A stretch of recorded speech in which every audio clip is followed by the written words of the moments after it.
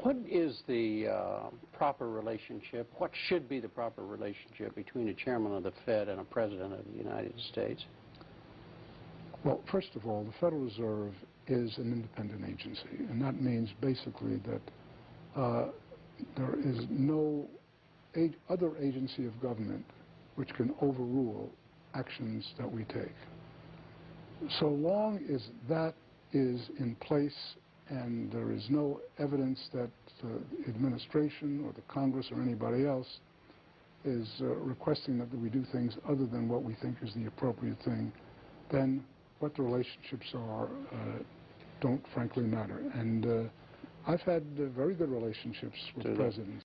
The Congress Daily says this morning that Fed officials purposely declined to consult with other federal financial regulators, and one email expressed concern that an SEC employee, quote, knows something is up. The Wall Street Journal reported that you and Mr. Paulson attended 2 weekly meetings of the Financial Stability Oversight Board and refused or declined to disclose the seriousness of the problems that were being faced by the Bank of America and Merrill Lynch at that time.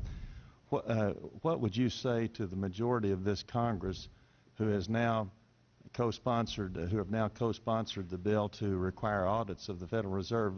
Do you feel that the Federal Reserve is operating with too much secrecy and too much refusal to disclose information that you have to other federal banking regulators? The Federal Reserve has made enormous strides in the last year under my chairmanship to expand the information that we release. We release monthly information on all the various programs that we have.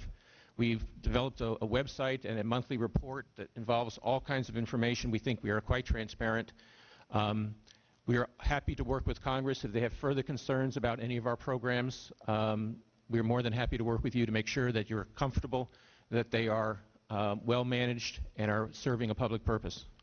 Do you think it would cause problems for the Fed or for the economy if that legislation was to pass? My concern about the legislation is that if the GAO is auditing not only the operational aspects of our programs and the details of the programs, but is making judgments about our policy decisions, that would effectively be a takeover of monetary policy by the Congress, a repudiation of the independence of the Federal Reserve, which would be highly destructive to the stability of the financial system, the dollar, and our national economic situation.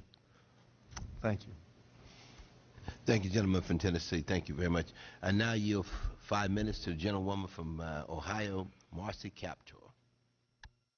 The first change concerns the surfacing of global issues pertaining to human well-being as critical international issues. And that's new in human history. Issues such as climate, environment, starvation, health, social inequality. All of these are compounding the complexity of the global context. And these issues, furthermore, are made more acute by the coincidental phenomenon of what I have called in my writings the global political awakening. This is a truly transformative event on the global scene, namely that for the first time in human history, for the first time in all of human history, almost all of mankind is politically awake, activated, politically conscious, and interactive.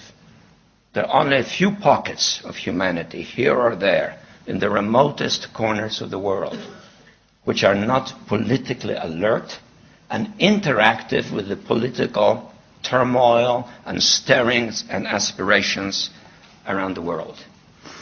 And all of that is creating a worldwide surge in the quest for personal dignity and cultural respect in a diversified world, sadly accustomed for many centuries to domination by one portion of the world of another.